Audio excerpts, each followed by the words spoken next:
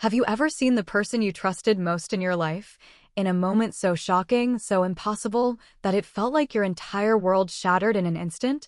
That's exactly what happened to me that night, and I can still feel the chill crawling up my spine when I remember it. It was later than anyone should have been wandering hospital halls, but I was there for a simple reason: to check on my niece after her routine maternity checkup. I never imagined I would witness something that would make me question every single relationship I thought I understood. I thought hospitals were places of life and hope. I thought family was supposed to be a safe harbor. I was wrong. The fluorescent lights flickered as I walked toward the maternity ward, the distant wail of newborns echoing through the quiet halls. My heart was light, even calm, because this was supposed to be a simple, uneventful visit. My husband, Mark, had stayed home, as he usually did on nights like this, leaving Jason, my son, to accompany me. Jason had always been observant, the kind of kid who notices things other people ignore. But nothing could have prepared either of us for what we would see that night. I stepped around a corner, and then I saw them. Mark. Sophie. My son's fiancée. My body froze before I even had a chance to process the scene. At first, I thought it couldn't be real. My mind spun in 1,000 directions, trying to make sense of what I was seeing. Was it a joke? Was I dreaming? The reality hit me like a punch to the gut. There they were, standing close, speaking in hushed tones that made it clear this wasn't some innocent meeting. Before I could even open my mouth to scream, Jason grabbed my arm, his face pale but composed. He shook his head at me, his eyes wide with something I couldn't name at first, something I would come to understand only minutes later. And then he whispered words that I will never forget. "Mom, I already knew. And it's worse than you think." For a moment, the world around me stopped. I wanted to run, to confront them, to demand answers, but my legs felt frozen. My son's words echoed in my ears, and the fear of what came next made every instinct in my body scream. What could be worse than this? How deep did the betrayal go? And most importantly, what had I been completely blind to all this time? But what came next would change everything, and no one saw it coming. How could this be happening? I kept asking myself, even as my legs refused to move. How could the man I married, the father of my children, stand there with the one person I had welcomed into our family, laughing in a way that made my stomach turn? I wanted to scream, to run, to throw every word of anger I had at them, but Jason's hand on my arm held me back. He looked at me with that unnerving calm, the same calm he had when he caught me sneaking late-night snacks as a kid. But this was different. This calm carried a warning I didn't want to hear. Mark noticed me first. His eyes widened slightly, a flash of guilt, or was it fear, crossing his face before he forced a tight, unreadable smile. Sophie's reaction was worse. She tried to hide it, laughing nervously, her hand brushing against his like it was casual, innocent, but her eyes betrayed her panic. My heart raced. This wasn't just a fleeting mistake. This had been going on for a while, I realized, and every small detail I had ignored suddenly screamed at me. The late-night texts, the odd excuses, the way Sophie had sometimes glanced at my husband with a look that didn't belong in a family dinner. And Jason? He just whispered, almost too quietly for me to hear, "Mom." I noticed too. I've known for weeks. My stomach dropped. Weeks? Weeks that I had lived in blissful ignorance? My mind raced. Could it really be that they had been planning this behind my back? That my son's fiancée, my own child's future partner, was part of this betrayal? I took a shaky breath, trying to collect myself. I thought about confronting them right there under the sterile hospital lights, but Jason squeezed my hand. "Wait," he said, "you need to see this first." He handed me his phone, and I froze as I scrolled through messages that made my blood run cold. Evidence of secret meetings. Conversations laced with desire, plotting, lies. My husband. My son's fiancée. All of it. And then a message that made my head spin completely, something that suggested this was not a one-time lapse, it was planned, intentional. I looked up at them, and for a heartbeat, the world seemed to pause. They hadn't noticed me yet, but I knew they could feel the storm brewing. And then Jason whispered the words that sent a fresh wave of terror through me. "Mom, she's been planning this for months, with Dad." I couldn't breathe. I couldn't speak. And yet, I knew the next step would pull everything into the open. But what came next would make the betrayal even worse than I could imagine. How could someone plan a betrayal so carefully? I kept asking myself that, even as Jason led me away from the corner where Mark and Sophie were oblivious to our attention. His face was pale, serious, the way it looked when he was about to reveal something I wasn't ready for.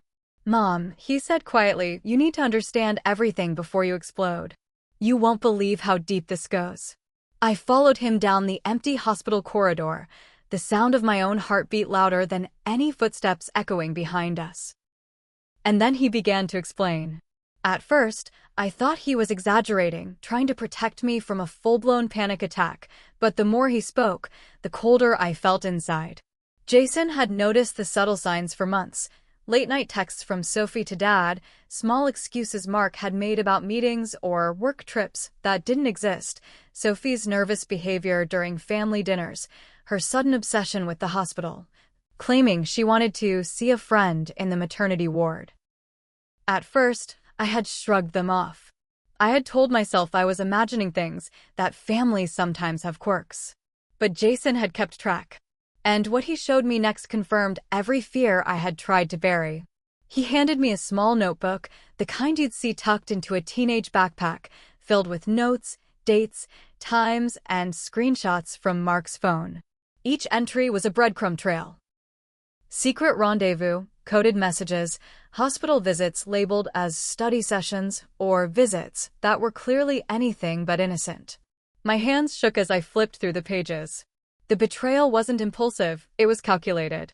Then Jason's voice dropped to a whisper that made my skin crawl. "Mom, she's not just meeting him in secret. She's trying to control everything. There's more than just a fling here. She's planning to manipulate the family, and Dad is helping her." I froze. Manipulate? What did that mean? I wanted to confront them right then, to tear the truth out of them with my own hands, but Jason shook his head. "You have to wait," he said. "If we act now, it could ruin everything, and we might never get the full picture. Trust me, what you're about to see is worse than anything you've imagined." I felt like the walls were closing in. Every heartbeat made the hospital feel colder, darker. I wanted answers, but Jason's words were a warning. The full truth was coming, and I wasn't ready for the storm. But what I saw next would leave me questioning not just Mark and Sophie, but everything I thought I knew about my own family. I knew I couldn't wait any longer. Every second I lingered, every step I hesitated, made the betrayal feel heavier, almost suffocating. My hands were trembling as Jason guided me back toward the spot where Mark and Sophie were still talking, too close, too intimate, like nothing in the world could stop them. I took a deep breath and whispered to myself, "It's time. I need to see the truth for myself." As we approached, I noticed the small details that made the scene even more unbearable. Mark's collar was slightly disheveled, a telltale sign of nerves, or was it guilt? Sophie's eyes darted nervously, but she kept smiling, trying to appear casual, like a conversation between friends. My stomach twisted. Could they really think this would go unnoticed? Could they really believe that I wouldn't see through the facade? "Mark, Sophie," I called out, my voice steadier than I felt. They turned, startled, and the smiles froze. I stepped closer, my heart hammering, and Jason stayed behind me, watching silently. And then Sophie said something that made my blood run cold. "Lydia, we can explain." Her tone was smooth, practiced, almost rehearsed. I didn't want an explanation. I wanted answers. I wanted the truth. And then it came, worse than I could have imagined. Sophie's hand went to her stomach. My eyes widened. I'm pregnant," she said, her voice trembling just enough to make it believable. Not Jason's. Not anyone else's. Her words hung in the air like a weapon. Mark's face shifted from shock to something else. Pride? Complicity? My mind raced. The betrayal wasn't just emotional. It was biological. Jason finally stepped forward, his voice low but sharp. "Dad, how could you?" Mark's eyes flicked to him, then back to me, then to Sophie. There was no remorse, only the undeniable truth of what had been planned and executed right under our noses. My throat tightened. How could this man, the father of my children, plan something like this with my son's fiancée? How could Sophie manipulate everyone so perfectly? I wanted to scream. I wanted to confront them, to make them understand the devastation they had caused. But before I could take another step, the faint sound of approaching footsteps echoed down the hallway, the hospital staff, coming closer, unknowingly about to witness a scene that would scar us forever. My chest tightened, panic surging. And in that moment, I realized something chilling. The full extent of this betrayal wasn't just shocking, it was far from over. What would happen next would change everything. The hallway seemed to stretch endlessly as we all stood frozen. The four of us tangled in a web of betrayal, shock, and disbelief. I could still feel the weight of Sophie's words pressing down on me, and Mark's face, which once held warmth and familiarity, now seemed foreign, hardened by choices I could barely comprehend. Jason's hands were clenched at his sides, jaw tight, eyes filled with hurt, anger, and something I recognized in myself. Betrayal so deep it made the world feel like it had tilted off its axis. We didn't speak for a long moment. Every instinct screamed at me to lash out, to yell, to demand justice in the rawest way possible, but there was also a numbness that had taken hold, a quiet horror that made even breathing feel like a struggle. I realized then that this wasn't just a moment of shame or dishonesty.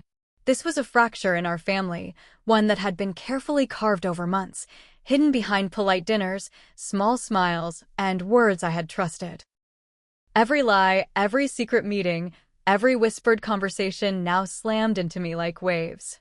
Yet amidst the chaos, I felt a flicker of clarity. I looked at Jason, my son, and saw the way he had absorbed every detail, the strength it had taken him to notice, to document, to protect me from a truth that could have crushed me even sooner. I realized that while this betrayal was monstrous, it also revealed something about us. The bonds that truly matter, the instincts that can't be broken, and the resilience that comes when you refuse to let deceit define you. Mark looked at me, finally, and there was a fleeting trace of regret in his eyes, but it wasn't enough. Sophie's face mirrored the same fear I had seen in her before, now mixed with the realization that her carefully laid plans had been exposed. And in that moment, I understood. The world I had thought I knew had ended that night, in the cold fluorescent hospital lights, with my family fractured but still standing. I took a deep breath, letting the anger and hurt roll through me, and realized one undeniable truth. Life would never be the same, but it was still mine to navigate. And sometimes surviving the shock is the first step toward understanding, healing, and reclaiming your power. So I ask you, what would you do if someone you trusted most betrayed you in the worst way possible? Could you confront them, forgive them, or would the shock freeze you in place, just like it did to me that night? The answer isn't simple. And as for my family, some questions are still unanswered, but one thing is certain, nothing will ever be the same again.